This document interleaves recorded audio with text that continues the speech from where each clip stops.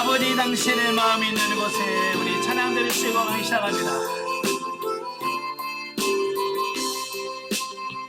아버지 당신의 마음이 있는 곳에 나의 마음이 있기를 원해요.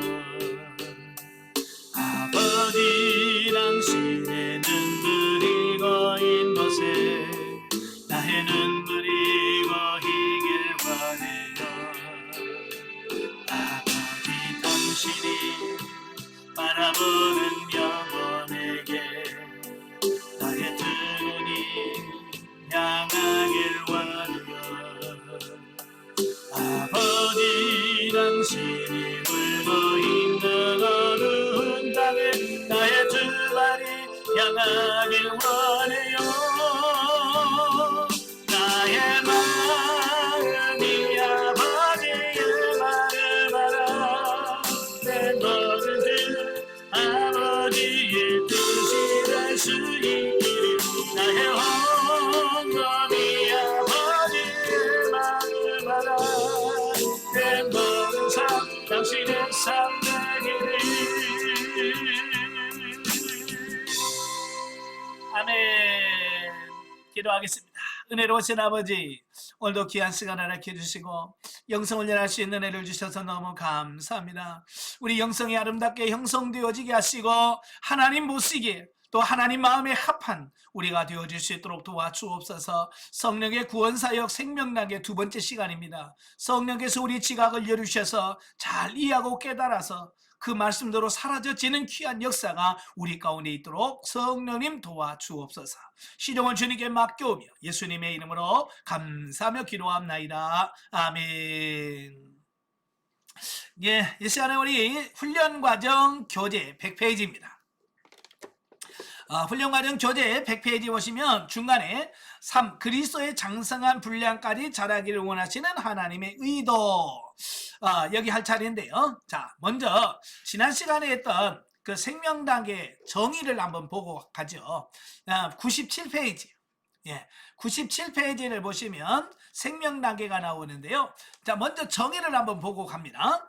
생명단계는 하나님께서 우리에게 말씀하신 그 약속대로 우리 안에 신령한 집이 지어져서, 그러니까 생명단계는 뭐냐? 우리 안에 신령한 집이 완성이 되어지는 시기를 말합니다. 네, 우리 사람으로 말하면 이제 결혼을 해서 어른으로서 살아가는 이제 그 삶이 생명단계의 삶이다 라고 보면 되겠습니다. 자, 그리고 영성적 신분, 즉 하나님의 자녀로, 하나님 나라의 왕으로, 제사장으로, 그리스도의 신부로, 또 거룩한 성전으로 다양하게 살아가는 단계다.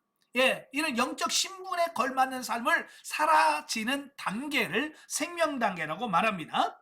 또 뿐만 아니라 영적으로 옳은 행실을 통해 신부단장하는 삶.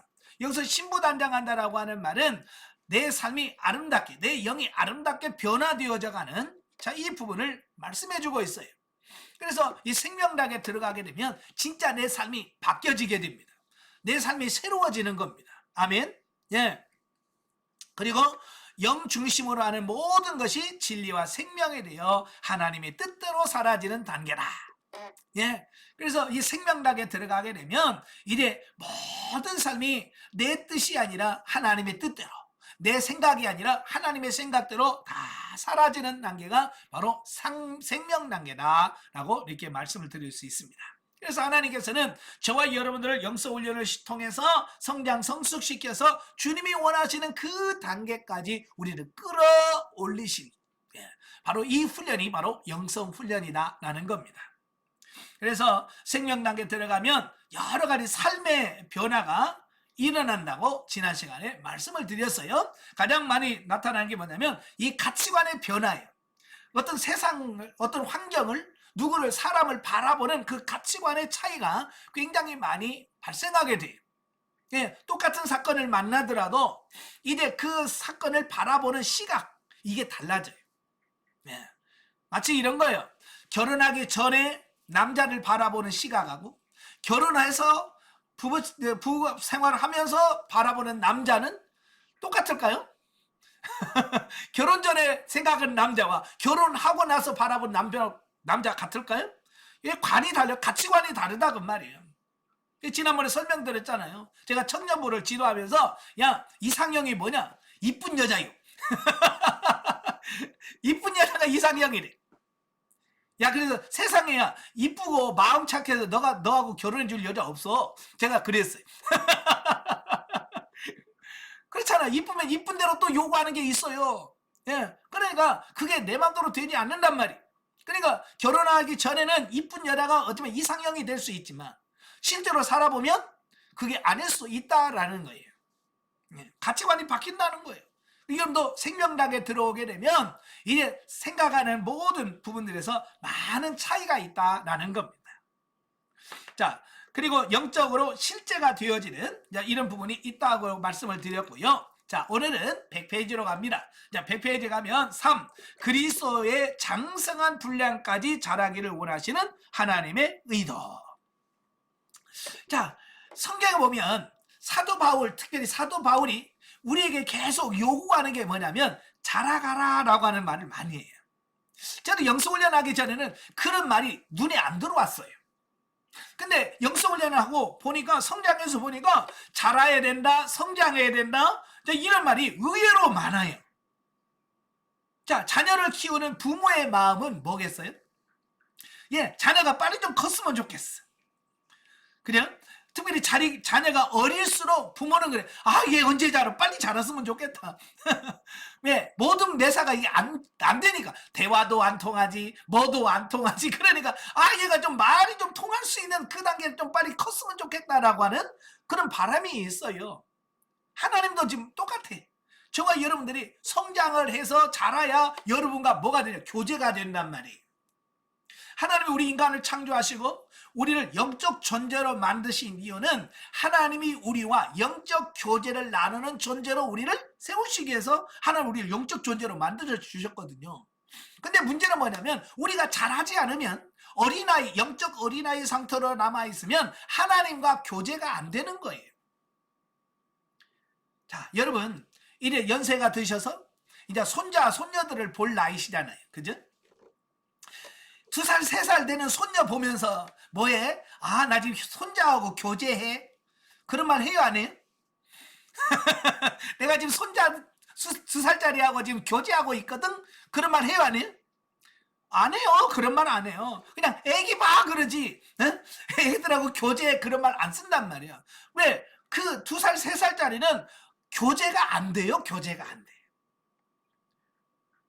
왜냐면 아직 수준이 너무 차이가 나가지고 이 대화 상대가 안 되는 거예요. 그냥 할머니 깎아사줘 뭐죠 뭐 그러면 알았어 이렇게 주기는 하지만 정말 인생이 뭐냐 네가 원하는 게 뭐냐 깊은 대화 속을 대화하면서 이야기하는 수준은 안 돼.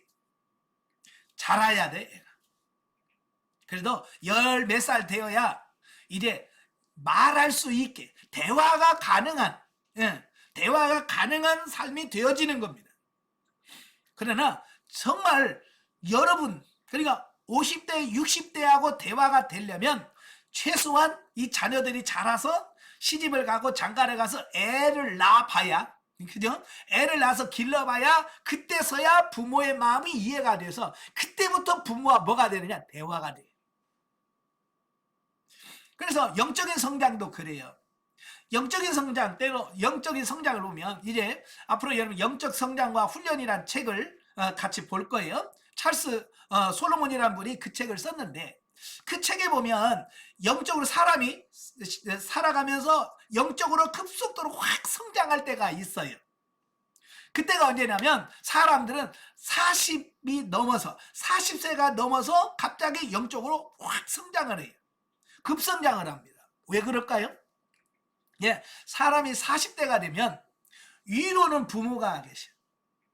그리고 밑으로는 자녀가 있어요. 그러니까 자녀를 양육하면서 깨달아지고 자녀를 양육하면서 알아지는 게 많아. 이게 영적인 부분에서 굉장히 많이 도움이 돼요. 그 다음에 위로 부모님을 섬기면서 하나님에 대한 알아가는 게 또 달라.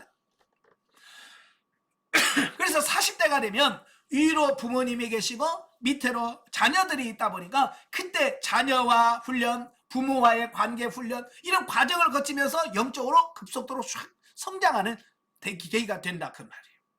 예. 그래서 40이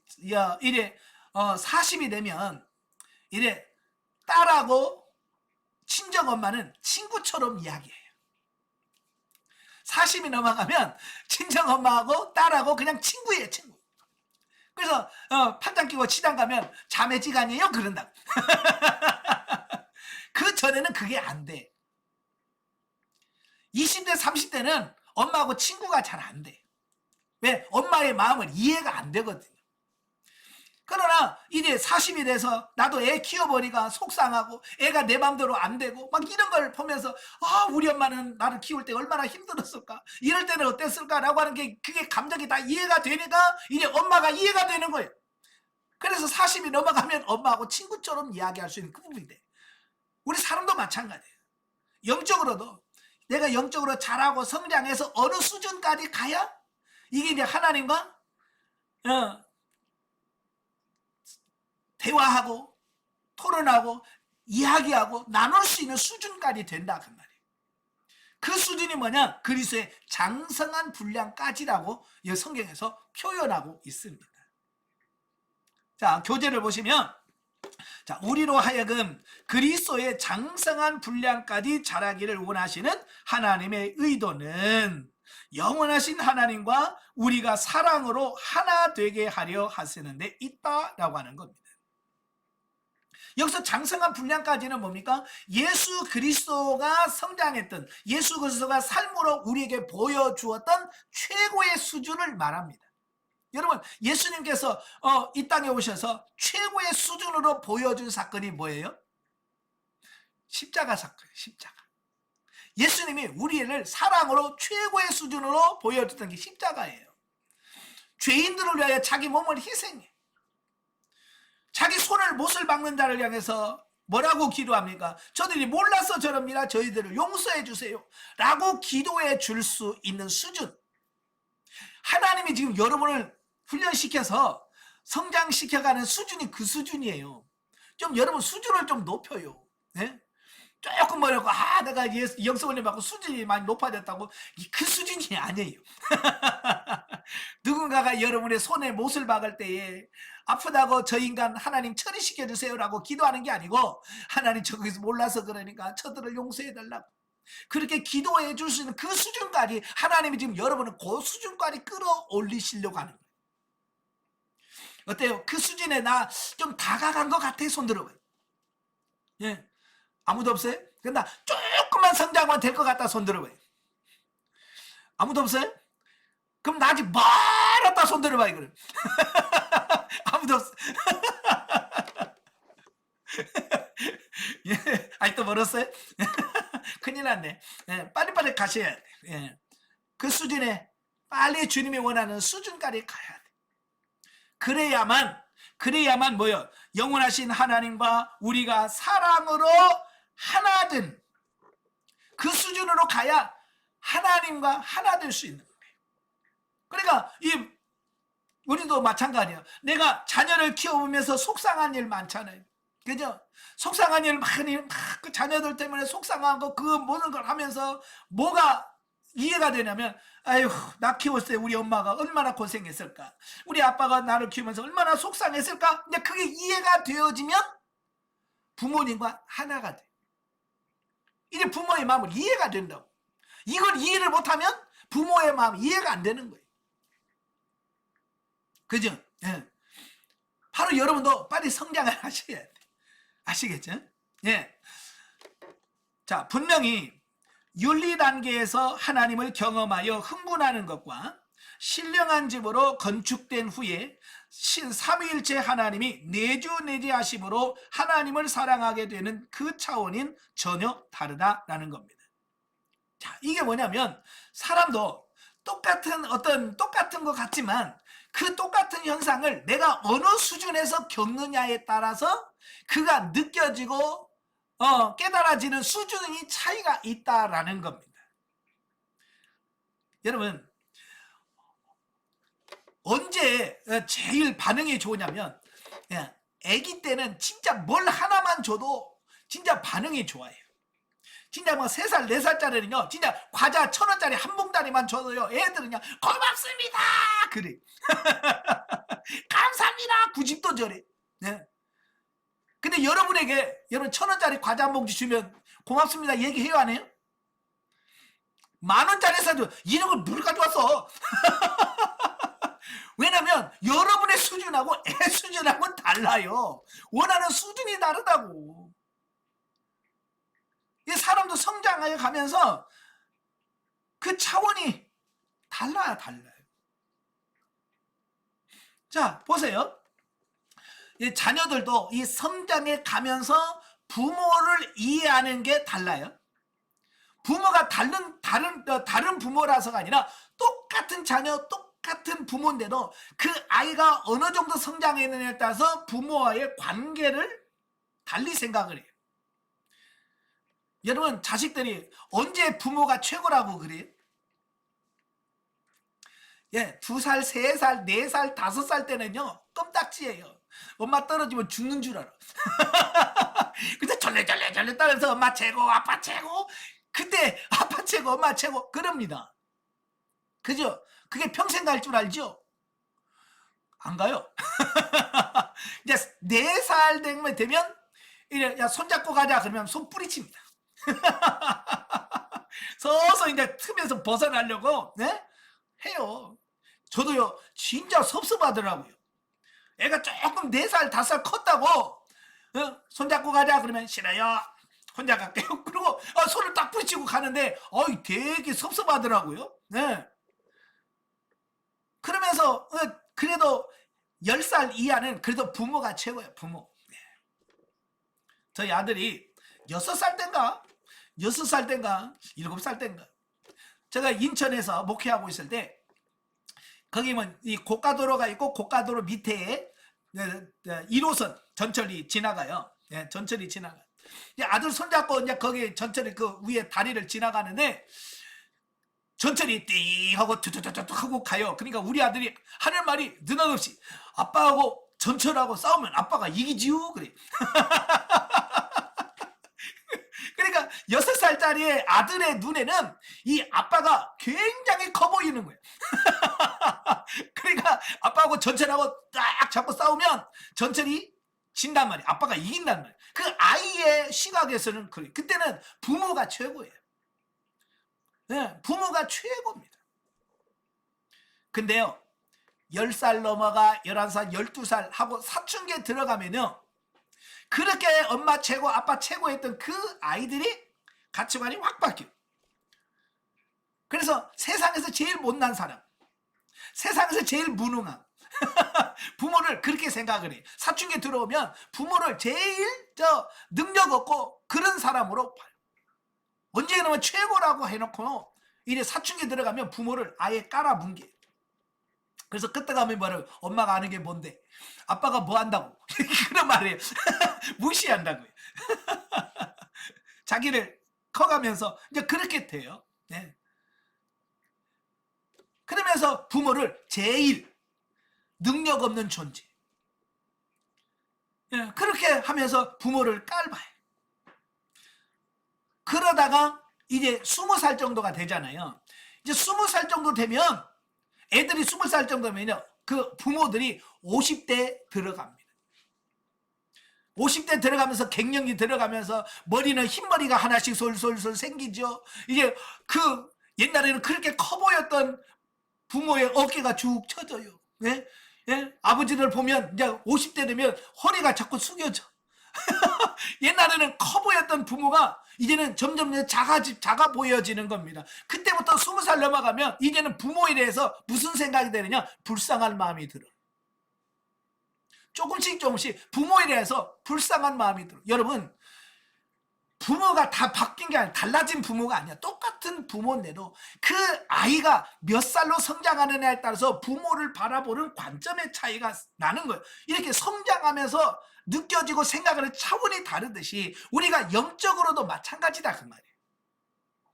예수 처음 믿고 신앙생활 할 때는요, 정말 하나님께 기도하면 바로바로 응답해 줍니다. 그러면 우리는 막 난리 납니다. 막 하나님이 나를 사랑한다고 반짝반짝 뛰고 난리 납니다. 근데 그게 계속 지속이 되는 게 아니고 이래 조금씩 성장하면 기도 응답도 안 해주시고, 예. 이게 왜 하나님과의 관계 차원이 다르니까. 예. 그럼 하나님의 다루심이 다 다르단 말이에요. 그걸 우리가 이해하셔야 된다라는 겁니다. 그래서 윤리 단계에서 하나님을 경험하면서 막 흥분하는 것과 생명 단계에 들어와서 신령한 집이 건축이 되어져서 삼일째 하나님이 내주 내지하심으로 하나님을 사랑하게 되는 것은 그 차원이 전혀 다르다는 겁니다. 그러니까 이런 거예요. 우리가 초등학교 때 첫사랑, 뭐 옆에 짝꿍 좋아하고 막 그럴 때 마음이 설레잖아요. 그죠? 예? 예. 그 초등학교 때도 여러분 좋아하는 사람 있어요, 없었어요? 예? 초등학교 때 마음에 드는 애들 있었잖아요. 그죠? 그때 설레는 마음하고 20대에서 사랑하는 사람 만나서 설레는 거하고 같겠어요? 차원이 다르죠. 차원이 다르다. 수준이 다른 거예요. 뭐 결혼을 해서 부부간에 바라보면서 이 안에서 설레는 거하고 또 다른 거예요. 차원이. 그러니까 이건 뭐냐면 우리가 하나님이 왜 그런 우리를 성장하기를 원하시냐면 바로 그 성장에 가면서 우리가 느껴지고 하나님과 관계의 그 차원이 달라진다는 것을 이야기하려고 하는 거예요. 자, 한번 생각해 보세요. 여러분, 설날에 세뱃돈을 주는데 옛날에 제가 어렸을 때는 세뱃돈 얼마 받았냐면 10원, 20원, 많이 받으면 100원 받았어요. 그러니까 세뱃돈 제일 많이 받으면 100원, 그 다음에 20원, 50원 이거 받았어요. 그래서 세뱃돈 다 그때 받은 거 다 합쳐봐야 200원, 250원, 230원이었어요. 예. 지금 여러분 애들 1,000원짜리 세뱃돈 줘봐요. 받아요, 안 받아요? 안 받아요. 얼마 전에 뉴스 보니까 3만원짜리가 있었으면 좋겠다. 왜? 만원짜리 주기는 좀 적고 5만원 주기는 부담스럽고, 그래서 중간에 한 3만원짜리가 있으면 3만원짜리만 주면 좋겠는데, 네? 이게 세대가 따라가면서 이게 달라져요. 예, 그죠? 초등학생은 10,000원만 줘도 고맙습니다 그래요.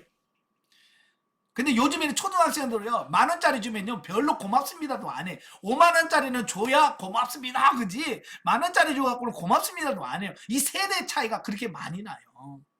예? 그러니까 제가 아는 권사님은요 세뱃돈만, 애들 손자들 와서 세뱃돈만 몇십만 원이래. 5만원짜리 하나 집어줘도 30만원 40만원씩 나간대. 예? 자, 수준이 다른 수준. 자, 하나님께서는 우리와 사귀기를 원하신다. 더욱 많이 자라 하나님의 마음을 알아들이는 우리가 되기를 원하신다. 예, 그 하나님은 우리를 성장시켜서 정말 하나님의 마음을 이해하는 수준까지 우리를 자라기를 원하신다라는 거예요. 여러분 자녀들 키워보시면 아시겠지만 이 자녀들이 성장에서도 부모의 마음을 이해하지 못하면 굉장히 섭섭합니다. 이건 해보신 분만 알아. 자녀들이 부모의 마음을 이해하지 못하면 섭섭해합니다. 그러나 부모의 마음을 조금이라도 이해하면 부모는 또 거기서 위로를 받고 용기를 얻고 그래요. 힘을 얻어. 저도 훈련하면서 하나님이 종종 저에게 하셨던 말씀이 뭐냐면 네가 내 마음을 좀 이해해 줄 수 있겠니? 라는 말이었어요. 제가 진리 단계에 들어가고요 생명 단계에 들어갔을 때 하나님께서 저에게 말씀하는 게 뭐냐면 네가 내 마음을 좀 이해해 줄 수 있겠냐? 내가 너를 사랑하지만 너에게 고난을 줄 수밖에 없는 이 나의 마음, 하나님의 마음을 네가 이해해 줄 수 있겠니? 라고 물어봐요. 예전에 어렸을 때는 제가 영적으로 어렸을 때 그 이해가 안 되죠. 하나님 나를 사랑했으면 복 주셔야 될 거 아니에요. 그래? 하나님이 나를 사랑한다면 나에게 축복하시고 내가 할 일을 만사 형통하게 해야 될 거 아닙니까? 옛날 제가 어렸을 때는 그렇게 생각을 했어요. 그런데 하나님은 그게 아니라 나를 고난을 통해서 나를 훈련시키시고 나를 성장시키시고 더 성숙하게 원하시는 하나님의 계획하신 바가 있었다는 거예요. 그래서 하나님이 우리에게 고난을 주셔. 근데 우리는 그 하나님의 마음을 이해를 못하는 거야. 이해를 못해. 그래서 막 하나님을 원망하는 거야. 하나님 그럴 수 있습니까? 하나님은 왜 나에게 그런 시련을 주십니까? 그런다는 거야. 그걸 통해서 하나님이 나를 성장시키려고 이 환경을 주셨구나. 아버지 감사합니다. 하나님 어떻게 이 고난을 이겨갈까요? 라고 기도하면 얼마나 좋겠어요. 하나님께서 얼마나 기뻐하시겠어요. 근데 그렇게 하지 못하고 하나님 너무합니다. 너무 심합니다. 어떻게 그럴 수 있습니까? 내가 하나님을 지금 얼마나 잘 섬겼는데 그러면서 하나님의 마음을 눈곱만큼도 이해를 못한다 그 말. 왜? 우리가 성장하다 말아서 그래. 네. 성장을 안 해서 그래. 그래서 우리가 하나님의 마음을 이해하는 수준까지 성장해 가셔야 해요. 아멘. 예, 하나님의 마음을 이해하는 수준까지 우리가 성장해야 된다라는 것입니다. 예, 그래서 어렸을 때는 부모의 마음이 이해가 안 되잖아요. 그죠? 어린 아이는 부모의 마음 이해가 안 됩니다. 그냥 점점 자라서 성장해 보니까 저도 그렇더라고요. 저도 이제 저희 어머님이 제가 8살 때 저희 아버님 돌아가셨거든요. 예, 저희 어머니가 41살에 저를 낳으셨어요. 41살에 저를 낳으시고 44살에 제 여동생을 또 낳았어요. 44살에. 그리고 제가 8살 때 저희 어머니 49살 때 저희 아버님이 돌아가셨어요. 자식은 줄줄이 7이나 되지. 재산은 없지. 그러다 남편까지 갔지. 그러니까 저희 어머님이 얼마나 이 자식들을 키우느라고 힘드셨겠어요. 그죠? 근데 제가 어렸을 때는 그 어머니의 그 힘든 부분이 이해가 안 돼. 어렸을 때는 그 어머니의 힘든 마음이 이해가 안 돼요. 그래서 왜 다른 집은 운동화 사주는데 왜 나는 고무신 사주냐. 옛날 검정 고무신 보신 분 아시죠? 타이어표, 기차표, 검정 고무신. 아니 여러분 초등학교 때 남자들은요 축구를 해야 돼요. 축구 공을 차야 되는데요. 이 공을 차면 공보다도 고무신이 멀리 가. 그러니까 공 한번 차고 고무신 주스러 가야 돼. 이 공을 차고 골을 넣으러 가야 되는데 공을 한번 차면 고무신이 더 멀리 가니까 이거 잊어버리면 안 되잖아. 근데 공 한번 차고 심 주스러 가는 사이에 공을 얻으러 갔어. 그러니 무슨 축구를 해요. 그러니까 제가 저희 어머니한테 좀 운동 하나 사주라고 축구 좀 하게. 근데 어머니가 야 돈이 없어 못 사줘. 너 나중에 중학교 들어가면 신물 나기 싫어. 그러니까 중학교 가면 사줄게. 그러면서 안 사주는 거야. 그러니까 제가요 얼마나 저희 어머님한테 섭섭한지. 그때 당시는 왜 다른 애들은 다 운동화 신고 축구하는데 왜 나만 고무신을 신어야 되느냐. 어릴 때는 그 마음이 이해가 안 되는 거예요. 나중에 성장해서 보니까 사줘야 되는데 사주지 못하는 부모의 마음이 얼마나 아픈지를 느끼게 하더라고요. 제가 자식을 키워보니까 자식들이 사달라고 하는데 저도 뭐 개척교회 목사가 무슨 돈이 있어요. 사달라고 하는데 못 사줄 때가 너무 많은 거야. 근데 못 사줄 때에 못 사주면서 느끼는 게 저희 어머니의 마음이 이해가 되는 거야. 예전에 제가 그렇게 운동 하나 사달라고 그렇게 졸라댔대. 없다고 돈 없다고 못 사주는 저희 어머님의 마음이 제가 아들을 바라보면서 못 사주면서 그 마음이 이해가 되는 거야. 얼마나 그때 졸라댔던 내가 얼마나 후회가 되는지.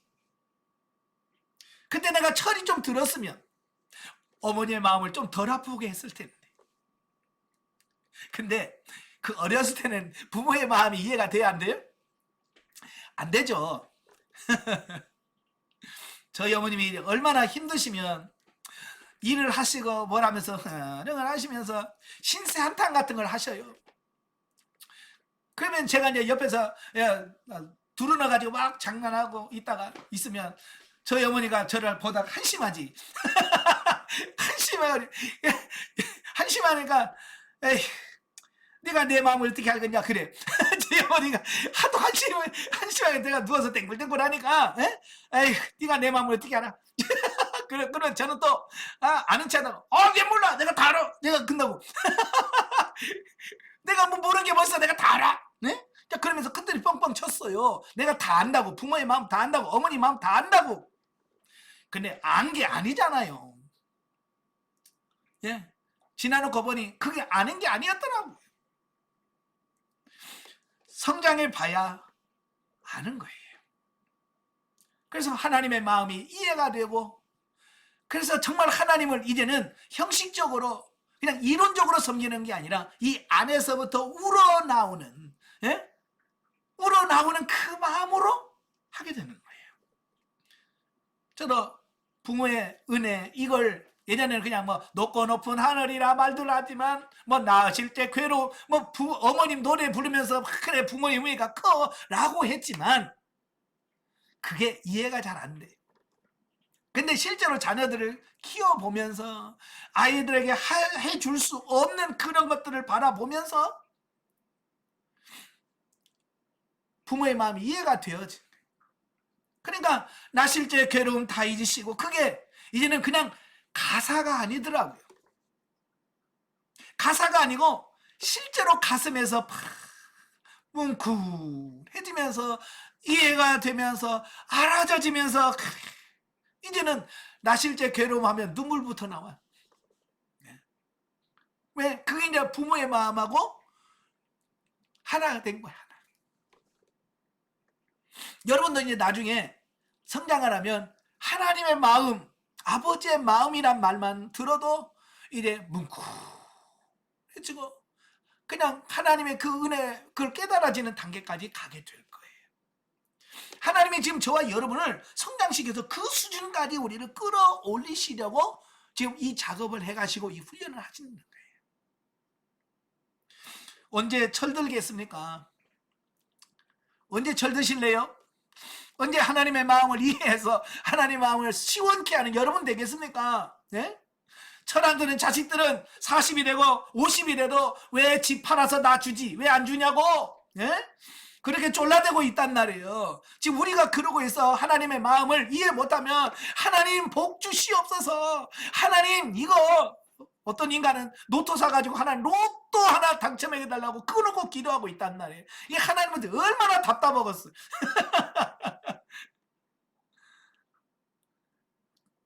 우리가 좀 성장하시길 바래요.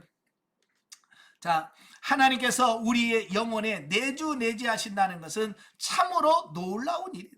사실 그렇잖아요. 우리가 무엇이 간데, 그잖아요. 우리가 무엇이 간데 하나님께서 삼위 하나님께서 뭐가 부족하시고 뭐가 그래서 내 안에 들어오셔도 나와 함께 하시겠다고 말씀하시는가?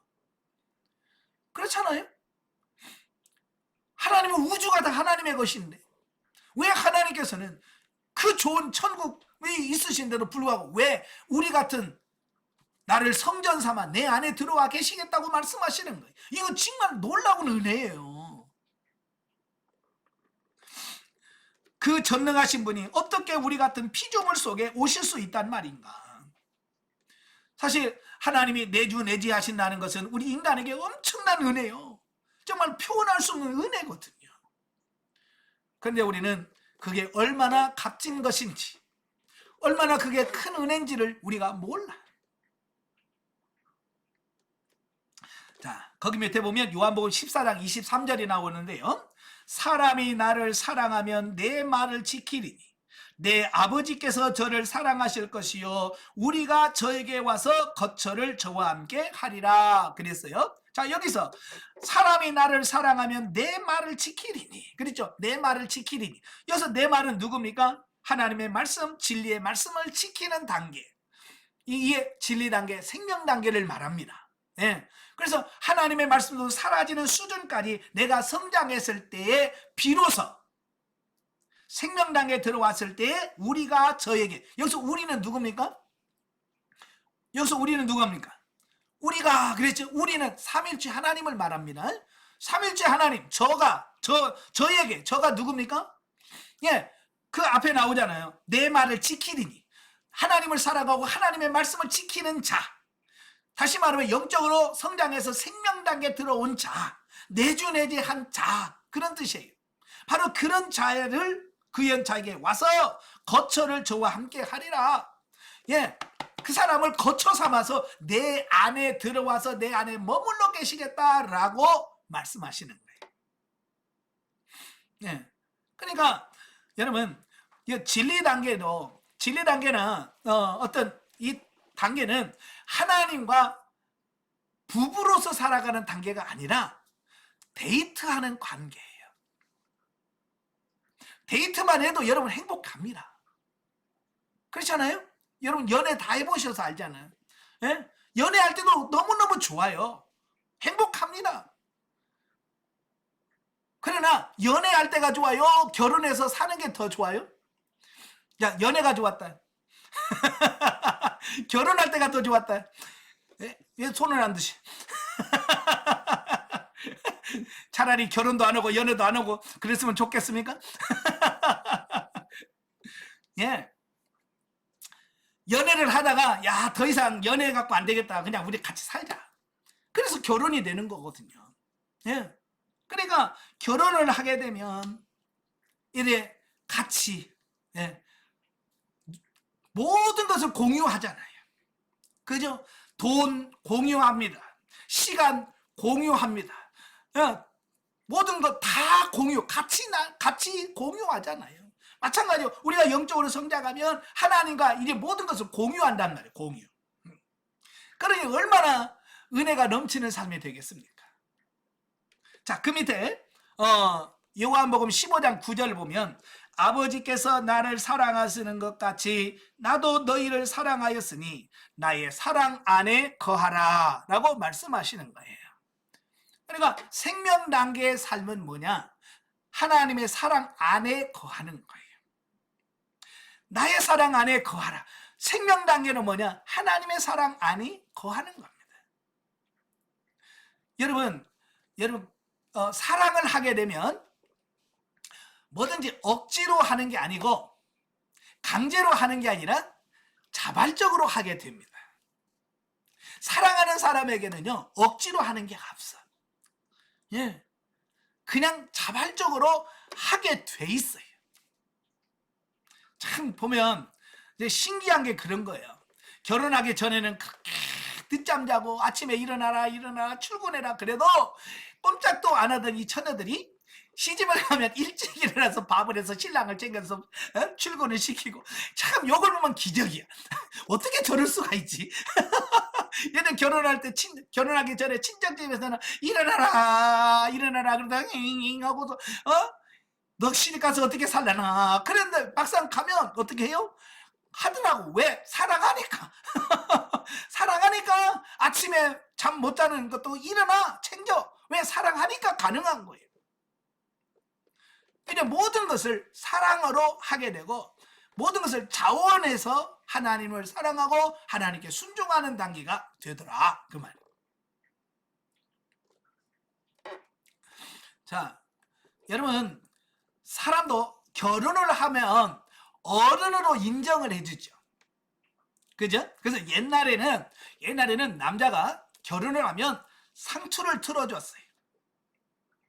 우리 여성들은 뒤에 쪽을 해줬잖아요. 결혼을 하면.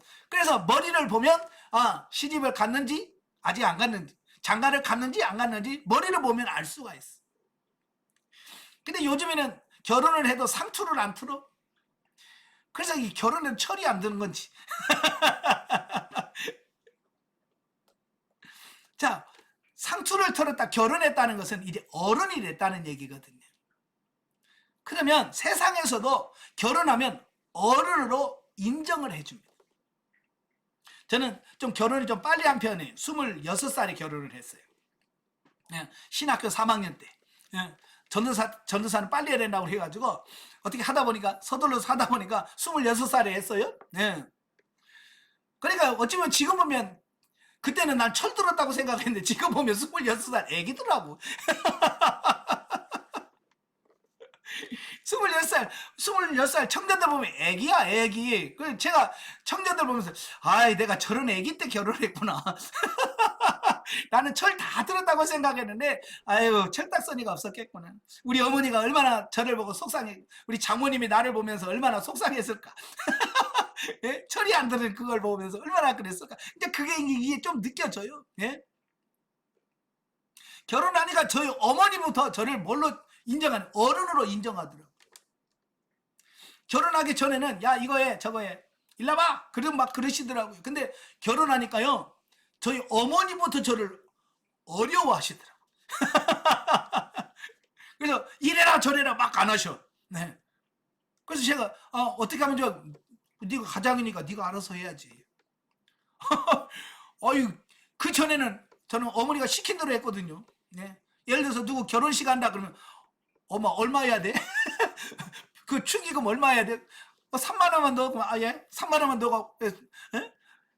저희 어머니가 시키는 대로 했어요. 근데 결혼하니까 저희 어머니가 하는 말이 야 네가 알아서 해 이제 네가 네가 이제 가장이니까 네가 알아서 해. 그게 참 그것도 어렵더라고요. 네? 축의금 넣는데 이거 얼마 안 내야 되는지 부의금 넣는데 이거 얼마 넣어야 되는지 참 그것도 어른으로 살아봤어야지. 맨날 엄마 뒤에서만 살다가 예? 그렇게 가니까 이게 참 어렵더라고요. 자, 여러분도 마찬가지. 여러분 하나님의 음성을 들어보면 광야 때나 또 영적으로 어렸을 때는 하나님께서 말씀하실 때 명령형으로 하십니다. 이거 해라. 기도해라. 예? 심어라. 라고 이렇게 어렸을 때는 성령님이나 하나님께서는 명령형으로 말씀을 하셔요. 그런데 제가 생명당에 들어왔을 때 하나님이 저를 명령형으로 하지 않으시는 걸 느꼈어요. 뭘 하실 때 저에게 말씀하실 때 명령형으로 이거 해라 저거 해라 라고 말씀하지 않으시고 제 안에 스스로 결정할 수 있도록 내가 결정할 수 있는 자율권을 허락하시더라고요. 그래서 때로는 네가 알아서 해라. 네, 네가 알아서 해라 라고 말씀하셔. 또 하나는 뭐냐면 명령이 아니라 권면 형식입니다. 권면 형식. 예를 들어서 옛날에는 기도해라. 네, 몇 시간씩 기도해라 라고 명령이었다면 이제는 뭐냐면 네가 기도를 좀 해야 되지 않겠니? 네가 여기 말씀을 더 봐야 되지 않겠냐? 자, 이렇게 명령형이 아니라 권면형으로 성령께서 말씀하시는 거예요. 왜? 하나님께서 나를 성장한 사람, 어른으로 대접해주고 있다는 사실을 발견하게 돼요. 그래서 이제 그래서 예전에는 명령형으로 우리는 너무 익숙하잖아요. 네? 그러니까 생명당에 들어오면 이제 하나님의 음성을 명령형이 아니라고 우리는 그냥 이거 안 해도 되는 건가? 라고 생각해서 그 주의 말씀에 순종하는 부분이 조금 약화될 수는 있어요. 네. 그러나 여러분이 더 예민해지고 민감하셔야 돼요. 그리고 이 권면형이라고 그랬잖아요. 명령형이 아니고. 그리고 이 하나님께서 우리에게 마치 무엇과 같이 하냐면 스쳐 지나가는 바람처럼 싹 말씀을 하셔요. 그러니까 내가 영적으로 예민하지 않고 민감하지 않으면 그 하나님이 내게 주시는 그 말씀, 음성을 놓치는 경우가 많아요. 자, 예를 들어서 이런 거예요. 옛날에는 누구에게 얼마 심어라 그랬단 말이에요. 이게 명확하게. 근데 이 생명당에 들어오게 되면 누구에게 물질을 심어야 되겠다는 마음만 싹 바람처럼 싹 지나가요. 그냥 심어라, 심으면 좋겠다라는 마음만 싹 주는 겁니다. 그리고 그냥 지나가 버려요. 영적으로 예민한 사람은 심으라고? 하나님 어떻게 심을까요? 뭘 심을까요? 이렇게 예민한 사람은 그 스쳐 지나가는 바람처럼 그냥 생각 속으로 샥 살짝 지나가는 걸 찾아내 잡아요. 그래서 하나님 어디다 심을까요? 얼마 심을까요? 어떻게 심을까요? 영적으로 예민한 사람은 그걸 찾아내. 그런데 둔한 사람은요 별 생각이 다 드네. 요즘 이상해 내가. 그러면서 그냥 지나가.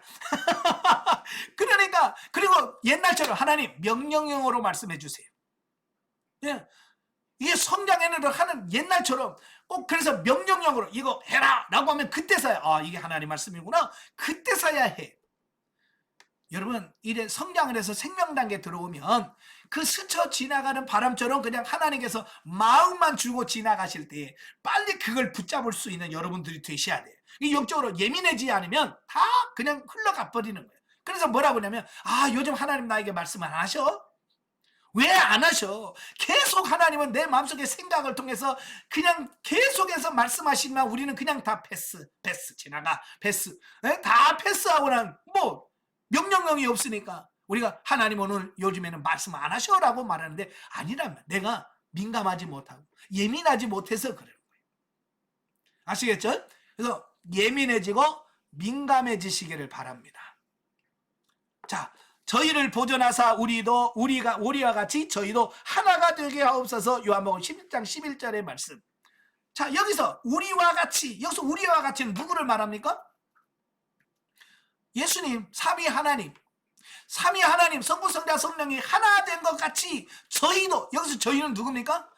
예수 믿는 저와 여러분들, 교회 성도들, 대인관계 모든 걸 다 말하는 거예요.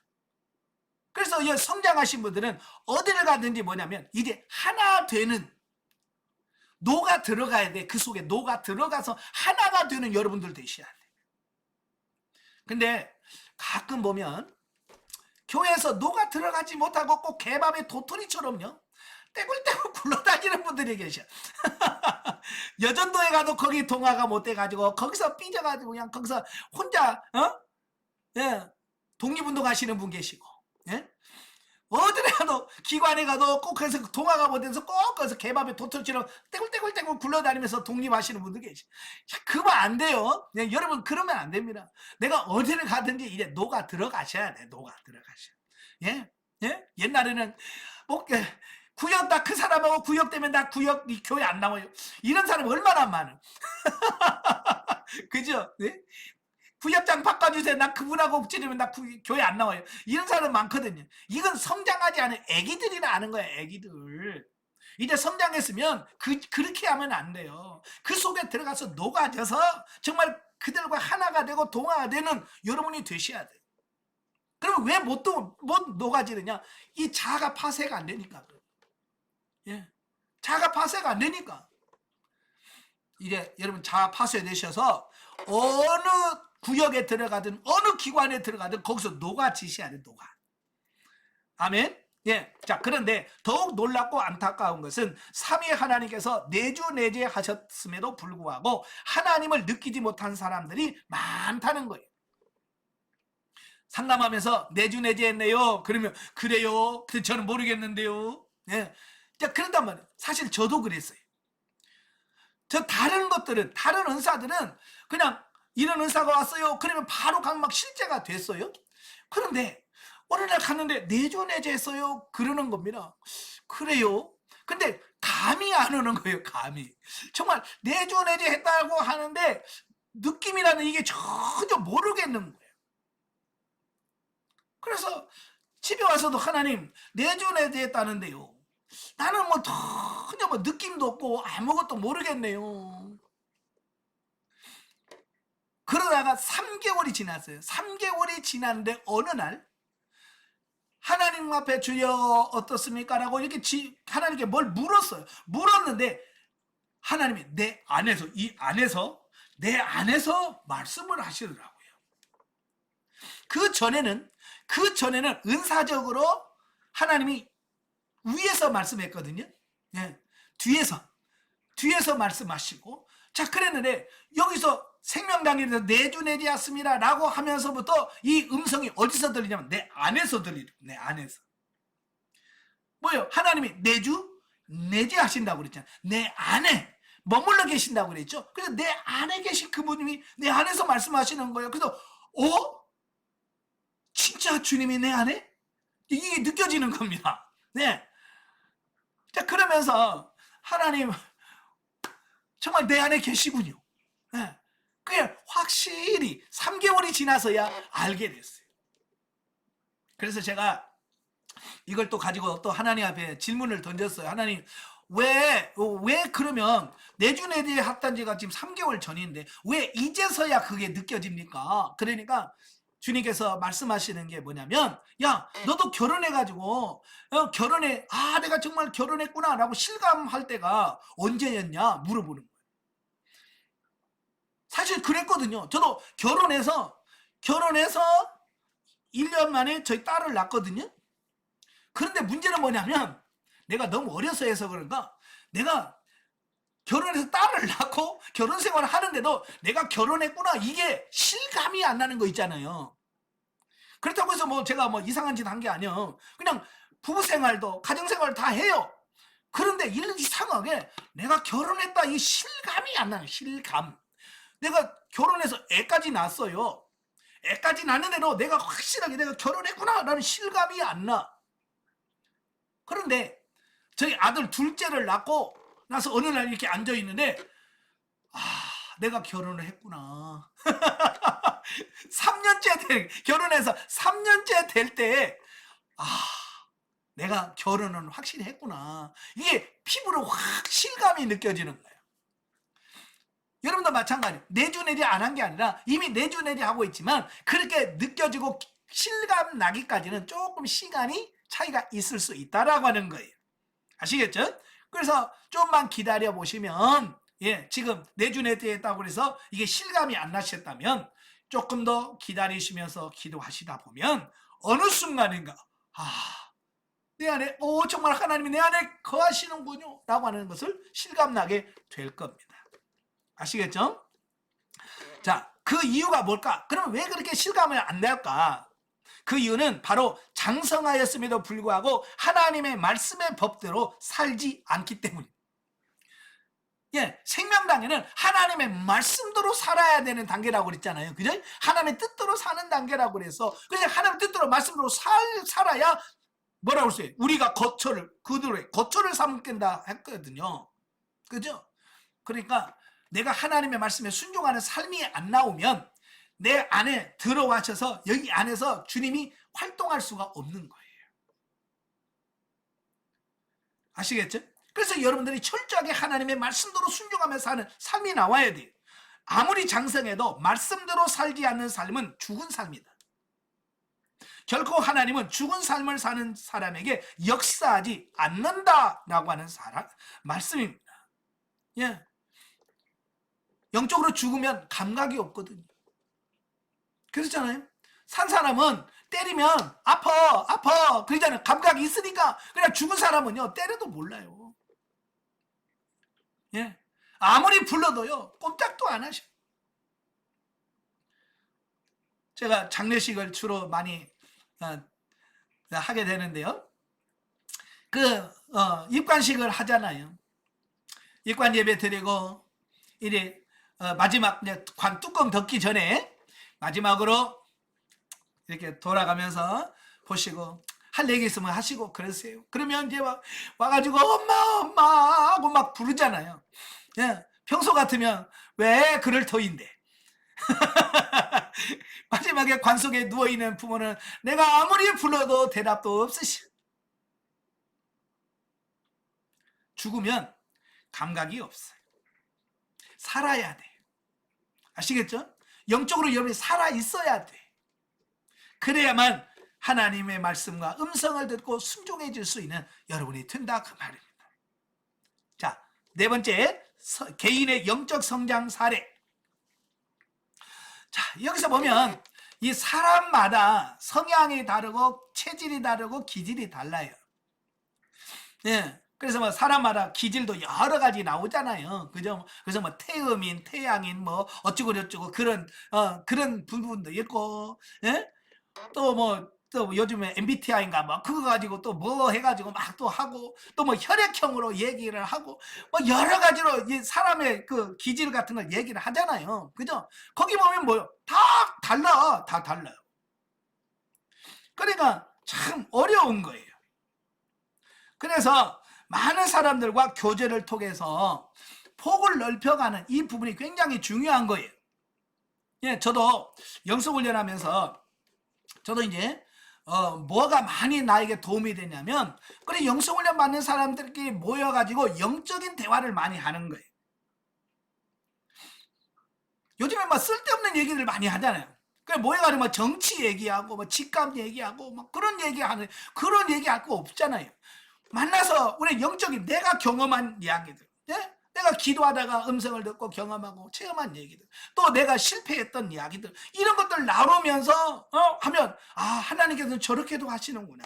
하나님은 저분은 저렇게 말씀하시는구나. 야, 이걸 폭을 넓혀지는 겁니다. 그러니까 다양하게 교제를 통해서 넓혀가는 이 부분이 중요한 거예요. 저는 훈련하면서 뭐 여러 선배들하고도 대화도 많이 했지만, 저는 훈련받은 사람들끼리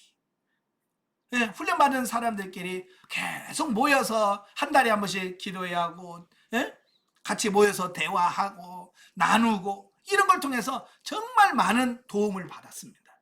그래서 여러분도 좀 이렇게 좀 영성훈련 받으신 분들 옆에 계시면 그분들하고 좀 모여서 같이 기도도 하고 또 이렇게 대화를 좀 많이 하세요. 예. 내가 경험한 이야기, 내가 하나님의 음성을 어떻게 들었는지, 내가 지금 어떻게 경험을 하고 있는지, 이런 부분들을 서로 나누시길 바래요. 특별히 뭘 나누냐면 안 되는 걸 자꾸 나눠. 내가 실패했던, 여러분 성공한 얘기하면 옆에 사람 열받아. 근데 내가 실패한 얘기하면요 좋아라고 해. 내가 실패하고 그런 걸 얘기하면 좋아해. 예. 그러니까 그런 걸 내놓고, 서스럼 없이 내놓고, 그러면 옆에서 그런 부분들을 경험했던 거, 나도 그런 적이 있었는데 나는 이렇게 했어요. 나는 그때 이렇게 한 것 같은데요? 라고 하면, 그래요? 라고 거기서 해답을 얻을 수 있게 되는 이런 부분이 생기거든요. 그래서 여러분 많이 교제를 많이 하시길 바래요. 자, 일반적으로 그리스도인의 영적 성장을 보면 영혼과 은사, 이 두 가지의 성장도가 광야 단계에서는 서로 다르게 자라다가 가나안 단계에 들어가면서부터 서로 합쳐져서 함께 성장하게 된다. 자, 여러분 처음 상담 받으실 때 보면 광야 0단계와 은사 단계로 나눠지잖아요. 바로 0단계와 은사 단계가 거의 다를 때가 많아요. 저 같은 경우는 0은 광야 8이고 은사 단계는 광야 3이었어요. 차이가 많이 나죠. 왜냐하면 제가 가양이거든요. 가양이니까 성경 말씀 연구하고 기도하고 성경 읽고 공부하고, 요건 재미있어요. 근데 사실 기도는 했지만 기도가 그렇게 쉽지는 않았어요. 그래도 기도는 해야 된다고. 왜? 그래야 교회가 부흥된다고. 그래가지고 기도는 했어요. 매일 5시간씩 기도했습니다. 영성훈련 받기 전에 제가 5시간씩 기도했습니다. 왜? 교회 부흥된대. 그래야 교회 부흥된대. 그래서 내가 변화되기 위해서 한 게 아니고 교회를 부흥시키기 위해서 하루에 5시간씩 기도한 거예요. 막 악을 써가면서.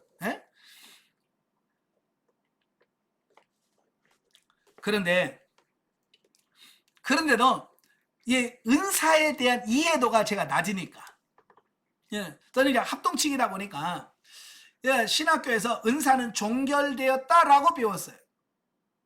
은사가 종결됐다고 하니까 은사에 대한 부분에서 괜히 은사에 대해서 부정적인 인식이 자꾸 들어오는 거야. 그래서 방언은 이미 내가 청년 때 방언을 받아서 방언을 하잖아요. 그런데 자꾸 은사는 종결됐다고 하니까 이 방언조차도 의심이 생겨지는 거야. 내가 진짜 방언을 하는 거야? 그냥 랄랄랄라 그냥 하는 거야? 거기서 방언조차도 내가 신뢰가 안 되는 거야. 그래서 기도하다가 방언은 언제 하냐? 기도와 기도 사이, 기도를 연결할 때 쓰는 어찌 보면 접속사 정도? 그러니까 이 기도 제목을 막 하고 그 다음 기도 제목이 뭐더라? 그럴 때 그때 비어있는 시간에 랄랄랄랄라 해가지고 그 때워. 그래서 생각나면 그거. 그래서 또 우리말로 하고. 제가 그렇게 기도를 했어요. 그러니까 은사가 개발이 안 되고 은사에 대한 이해도가 제가 떨어졌던 거예요. 그래서 영은 광야 8, 은사는 광야 3. 예, 그런 삶을 살아요.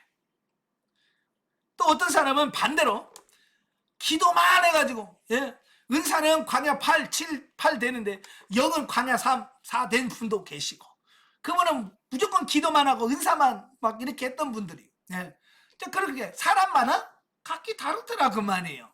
예, 그래서 은사 광야 단계에서는 이게 서로 다를 수 있어요. 그러나 가나안에 들어오면서부터는 이제 같이 가게 되는 이 부분을 보게 됩니다. 그래서 광야 단계에서 은사적으로 충만한 경우에는 대부분 은사에 대한 이해도가 영혼에 대한 은사보다도 훨씬 앞서 있기 때문에 이 상태에는 영혼이 은사에 비해서 상대적으로 잘 경험되지 않기 때문에 어떤 그런 사람들은 은사적 능력은 강하게 나타나지만 다소 차갑고 사랑이 없어 보이는 경우가 있다.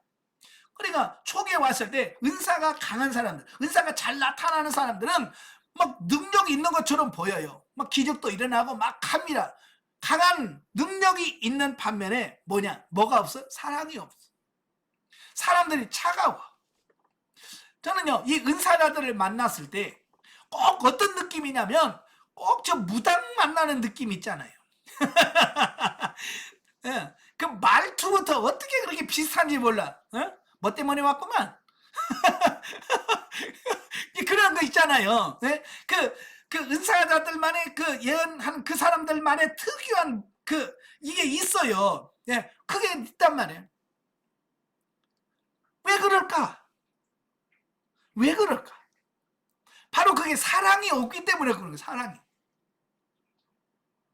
사랑으로 해야 되는데 사랑이 없어. 그래서 여러분 고린도전서 12장이 은사장이잖아요. 12장이 은사장이고 14장 역시 은사장이에요. 그러면 이 12장과 은사 얘기하다가 갑자기 13장에 사랑장이라고 하는 엉뚱한 이야기가 쏙 들어와. 그리고 또 끝나자마자 또 은사에 대한 14장 얘기가 나와요. 그러니까 일부 신학자들이, 자유신학자들이 뭐라고 했냐면, 야, 이거 편집하다가 잘못 끼어 들어갔다. 13장이. 네? 편집하다가 어떻게 잘못 끼어 넣었다라고 이야기하는 겁니다. 편집서를 주장하는 사람들은 이걸 잘못 들어갔다는 거예요. 근데 잘못 들어간 게 아니고 바울의 의도는 그런 거예요.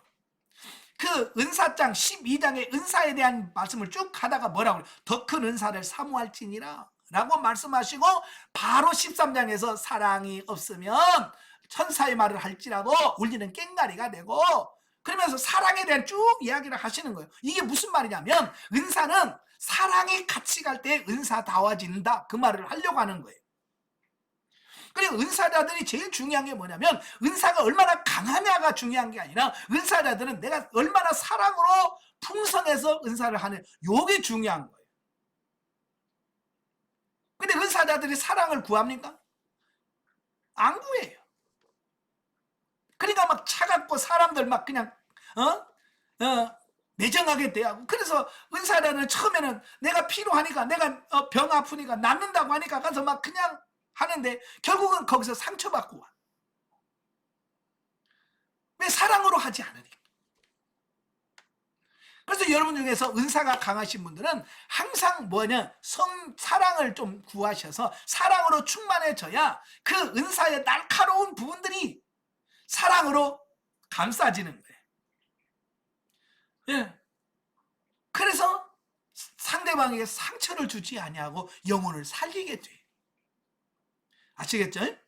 예. 또 반대로 은사적인 부분보다 영혼의 성장이 더 두드러지는 경우에는 윤리적으로 잘 살아보려고 애쓰나 경건한 면이 있어 보이는데 왠지 무력해 보이는 경우가 있다. 자, 저처럼 영은 많이 성장하고 은사가 이렇게 성장하지 않은 사람들 있잖아요. 이런 사람들은요, 삶을 통해서는 반듯해요. 윤리적, 도덕적으로 반듯합니다. 누가 봐도 저 사람 참 신사다 라고 할 만큼 삶은 반듯한데 문제는 뭐냐면 능력이 없어. 능력이 없어. 그러니까 목사님 기도 좀 해줘. 본인이 알아서 해. 저 아픈데요 기도 좀 해주세요. 본인이 기도해. 그런다면 왜? 자기가 능력이 없으니까 능력이 없으니까 그걸 그냥 알았어 같이 기도해 이래야 되는데 능력이 없다 보니까 자꾸 그걸 다른 사람 그냥 떠밀어 버리는 이런 실수를 범하게 된다 그 말이에요. 저도 사실 그랬거든요. 예. 내가 은사적인 부분이 약하니까 목사님 나 아픈데 좀 기도 좀 그 해도 내가 안 나을 텐데. 왜냐면 은사적인 부분이 내가 경험이 안 되니까. 예? 내가 해도 될까? 그러면서 그냥 하긴 하지만 그냥 이렇게 기도는 해주긴 하지만 나부터 확신이 없어. 그러니까 그게 안 나타나는 거예요. 자, 결과론적이지만 필자의 경험으로 미뤄볼 때 육신적인 것으로 아무리 잘 되어도 죽고 썩을 것 헛된 것이라는 사실을 주께서 깨닫게 해주심으로 내 방법대로 목회해서는 안 된다는 결론을 얻은 필자는 다시 원점으로 돌아와서 성령의 인도하심을 통한 생명 살리는 목회를 위하여 기도하기 시작했다. 하나님께서 다시금 역사하셨다. 예, 이게 무슨 말이냐면 처음에 우리가 목회할 때 대부분이 뭐냐면 육신적이고 세상적이고 눈에 보이는 것들이 다라고 생각해요. 제가 처음 신학교 들어가면서 저기 오살리 금식기도원 엄청 크지요. 네. 거기 가서 기도하면서 다시 사명을 받고 신학을 하겠습니다라고 결단을 하고 이래 하는데요. 그때요 그 결단하고 딱 저 산 위에 그 공동묘지가 있거든요. 공동묘지 꼭대기에 올라가서 그 굉장히 넓거든요. 오살리 금식기도 굉장히 건물도 크고 넓어요. 근데 거기서 무슨 생각이 있냐면 하나님 저는요 이것보다 더 큰 기도원 제가 짓고요 사역하겠습니다. 제가 그랬어요. 그때부터 꿈이 뭐냐 세계에서 가장 큰 교회 세상에서 가장 큰 기도원 하는 게 내 꿈이었어요. 그래서 신학교 다니면서 맨날 하나님 영권 물권 인권을 주옵소서. 왜? 그래야 큰 교회 세우죠. 제가 그게 목표가 되어서 일주일에 2번씩 철회하고 그러면서 기도하면서 육신의 욕심을 이루려고 그렇게 했던 거예요. 제가 성질이 급하니까요 강도사 때 개척을 했어요. 왜? 빨리 부흥해서 세계에서 가장 큰 교회 지려고. 그래서 인천에나 개척을 했을 때 그 건물 주인이 몇 년 계약하실래요? 그러더라고. 근데 그게 30평도 안 되는 작은 곳인데 지하실이고 그래서 제가 1년만 합죠 그랬어요. 주인이 그래서 최소 2년이니까 2년 계약할까요? 그래 아니요 그래 1년만 해요. 제가 그랬어요. 왜 1년만 그랬을까요? 저는요 1년 안에 부흥해갖고 나오려고 생각했어요. 그때는 막 마음에 붕 떴어요.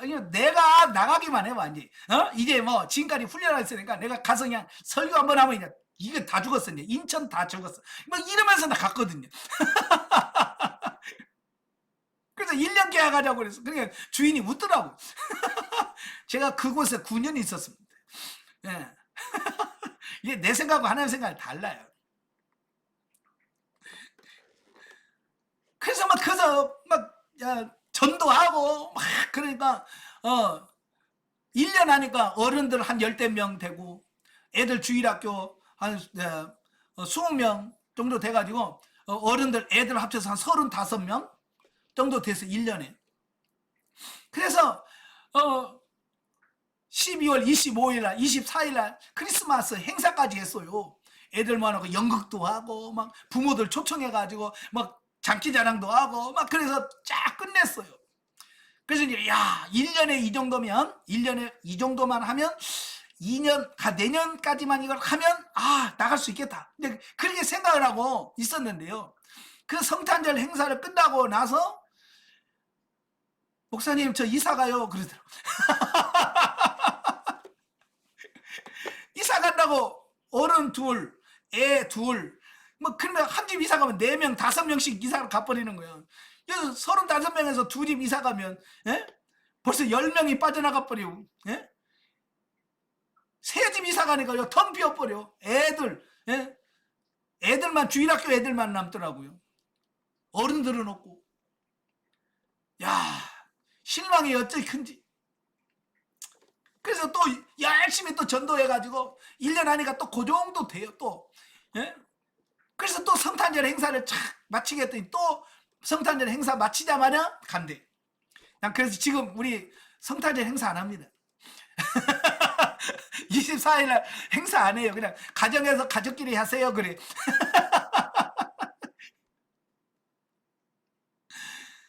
자, 그러니까요. 맥이 확 빠지는 거예요. 진짜 나는 1년이나 2년 안에 여기서 빠져나가서 큰 교회 세울 거라고 생각을 하고 했는데 이건 진짜 뭐 열심히 해봐야 정말 밑 빠진 독이잖아. 열심히 해서 해놔봐야 뭐 쑥 가버리니까 뭐. 예? 그러면서 영성훈련을 만나게 된 거예요. 거기서 야 정말 힘들다. 못 해먹겠다. 뭐 그렇게 이제 조금 이제 목회에 대해서 2년 만에 야 진짜 목회 힘들다. 못 해먹겠네. 이제 그렇게 어떻게 포기하려고 하는 그 순간에 만난 게 영성훈련이에요. 만나서 이제 가치관이 바뀌어지는 거예요. 그렇게 세상에서 크고 뭐 이거 해봐야 의미가 없다는 것을 깨닫게 되는 거예요. 그래서 그다음부터는 제가 하나님께 그렇게 세계에서 가장 큰 교회, 뭐 가장 큰 기도원, 뭐 이걸 기도했던 거 싹 내려놨어요. 그리고 제가 하나님께 고백한 게 뭐예요? 하나님, 정말 한 영혼을 목회를 정말 평생을 두고 하라고 한다면, 그게 하나님의 뜻이라면 나는 그렇게 하겠습니다. 여러분, 이렇게 고백하는 거 쉽지 않아요.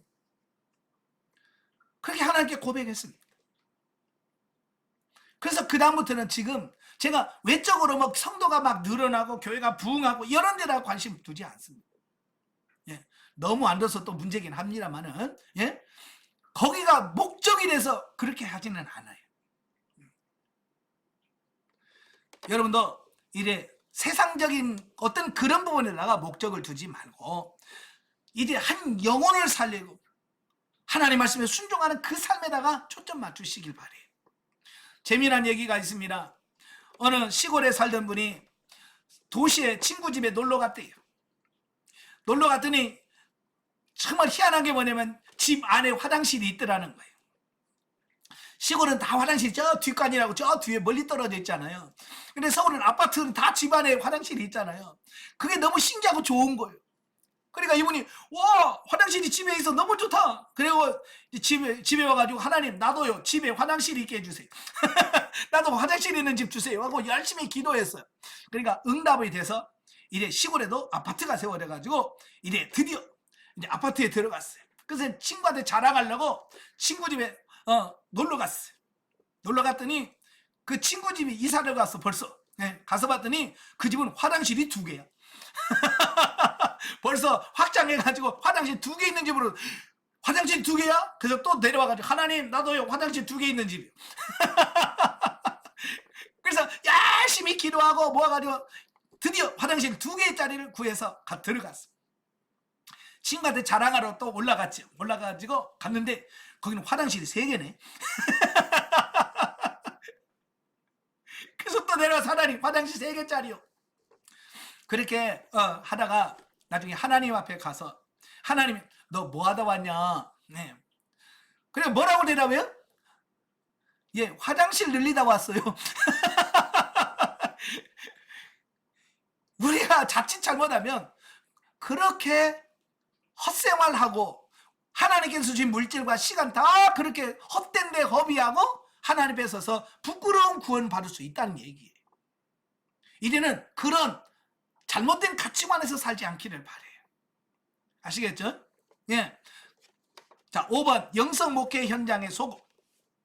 그리스도인의 영성이 자기 발견 단계에서부터 윤리, 진리, 생명 단계까지 이룰 수 있다는 것은 정말 놀라운 일. 정말 그렇죠. 이 영이 성장해서 자란다는 건 정말 기적이에요, 기적.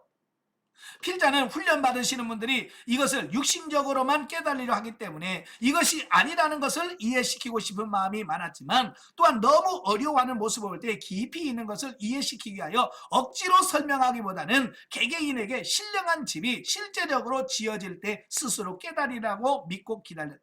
자, 이게 무슨 말이냐면 훈련을 하면서 제가 가장 난감한 게 뭐냐면 이게 못 알아먹는 거예요. 못 알아먹는 거. 좀 빨리 좀 따라오면 좋겠는데 못 따라온단 말이에요. 그러니까 막 조급해. 네. 그래서 처음에 막 제 영성훈련 처음에 시작할 때는 이렇게 가기만 하고 3년 하면 변화될 거라고 생각을 해서 막 열심히 했는데 안 변하는 거예요. 내가 생각만큼 안 변하는 거야. 그래서 저는 막 중간에 지쳐가지고, 하나님, 이건 이거 강의안이 문제인가요? 이거 교재가 문제인가요? 아니면 강의하는 내가 문제인가요? 그거 가지고 심각한 고민을 했어요. 그래서 하나님을 막 따지면서, 하나님 뭘 바꿔야 됩니까? 교재를 싹 바꿀까요? 아니면 뭘 그냥 강사부터 바꿀까요? 막 시작해서 하나님 막 기도를 하고 있을 때 하나님께서 저에게 대답하신 게 그거예요. 기다려라. 좀 기다려줘라 라고 말씀하셨어. 참 그러고 보니까 나중에 지나놓고 보니까 그렇더라고요. 시간이 지나 보니까 그들도 좀 늦지만 경험하고 체험해가면서 깨닫게 되더라고요. 그래서 영성 목회에서 제일 중요한 게 뭐냐면 기다릴 줄 아는 거예요. 인내하는 거예요. 그러니까 경험하지 않은 사람에게 아무리 얘기를 해도 못 알아먹는 거예요. 제가 전에도 설명드렸지만, 제가 청년부, 안양에서 청년부를 지도하면서 이제 결혼에 대해서 이야기하면서, 야, 이상형이 뭐냐? 그러니까 이쁜 여자요. 그래서 제가 그걸 바꿔주려고 얼마나 많은 이야기를 했는지, 야, 얼굴 예쁘다고 되는 거 아니야. 그러면서 아무리 얘기를 해줘도 그래도요. 심지어 제가, 야, 우리 어머니가 뭐라고 한 줄 아냐? 얼굴 이쁜 것은 꼭 얼굴 이쁜 값 한다고 하더라. 그러면서 어머니가 이야기까지 하면서 다 얘기했는데, 그래도요, 이뻐야 돼요. 그냥 그런 걸, 야, 그 아무리 얘기를 해도 못 알아먹더라고. 왜? 그들은 아직 경험을 안 해봤기 때문에 그들에게 그것까지 이해하고 깨달으라고는, 그게 지가 결혼을 해봐야, 얼굴 이쁜 거하고 결혼해봐서 거기서 한번 진통 당해봐야, 왜 목사님이 얼굴 이쁜 거하고 하지 말라고 말했는지 그때서 알겠죠. 그런 거예요. 경험해 봐야 하는 거예요. 근데 그러게 이쁜 여자요. 근데 지금 45인가 되는데도 아직도 장가 못 갔어요.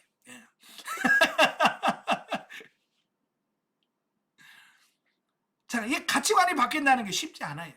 그래서 많은 시간을 인내하고 기다렸더니 이제 한두 사람 변화되어지고 새로워지는 모습을 보면서 이제는 조금씩 소망을 갖게 되고, 그렇습니다.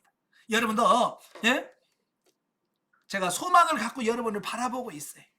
그러니까 여러분들도 늦더라도 꾸준히 하나님께 묻고 기도하면서 가십시오. 그러면 여러분도 안 되는 것 같지만 여러분도 변화되어 갈 줄로 믿습니다. 아시겠죠? 그럼 물론 저도 이제 모든 사람들이 다 동일하게 영성이 잘 덧입혀져서 사는 걸 원해요. 참 저도 중간에 이렇게 떨어지고 낙오되시는 분들 보면 너무 가슴이 아파요. 좀 같이 갔으면 좋겠는데. 근데 제 마음 같지 않잖아요.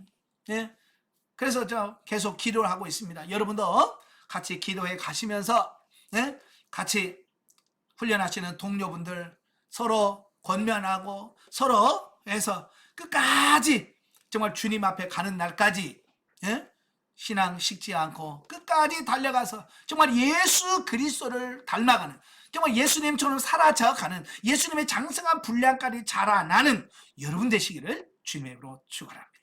기도하겠습니다. 은혜로우신 아버지 감사합니다. 오늘도 귀한 말씀을 들었습니다. 정말로 주님이 원하시는 단계는 그리스도의 장성한 분량까지입니다. 왜? 그래야 하나님과 교제하고 하나님과 나누면서 살아갈 수 있는 단계이기 때문에 그렇습니다. 하나님, 저희들이 그 단계까지 가게 하시고 그 단계에 이르러서 하나님과 신령한 교제를 나누며 아버지 하나님과 함께 사는 우리 모두가 될 수 있도록 성령님 도와주시옵소서. 예수님의 이름으로 감사하며 기도합나이다. 아멘. 하나님께 영광입니다.